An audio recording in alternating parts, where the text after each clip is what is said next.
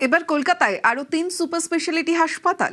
বিধাননগর, বাঘাযতীন, বিদ্যাসাগর হাসপাতাল নিয়ে পরিকল্পনা। সুপার স্পেশালিটি হাসপাতাল নিয়ে বৈঠকে স্বাস্থ্যমন্ত্রী।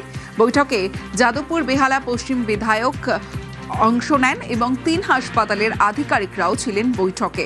কম সময়ের মধ্যে হাসপাতালের পরিকাঠামো উন্নয়নে জোর।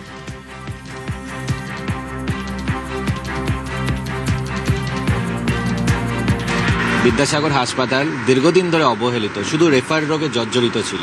আমরা ডিএইচএস ডিএমএ মিলে যাতে বিদ্যাসাগর হাসপাতালে বিভিন্ন ধরনের স্পেশালিটি পরিষেবা দিতে পারি মানুষকে, বিশেষ করে orthopaedics, cardiology, neurology, nephrology, paediatrics, trauma care, সেই নিয়ে কী কী রিকোয়ারমেন্ট আছে না নিয়ে এবং কী কী রিকোয়ারমেন্ট ইমিডিয়েটলি আমরা সলভ করতে পারি, যাতে ওখানে পর্যাপ্ত চিকিৎসক, ট্রেন নার্স, ট্রেন্ড স্বাস্থ্যকর্মী আমরা দিতে পারি, সেই নিয়ে ডিটেল আলোচনা এবং দীর্ঘক্ষণ মিটিংয়ের পর আশা করি খুব শীঘ্রই আমরা বিদ্যাসাগর হাসপাতালকে একটা ফাংশনাল মাল্টি স্পেশালিটি হাসপাতাল হিসেবে গঠন করতে পারব।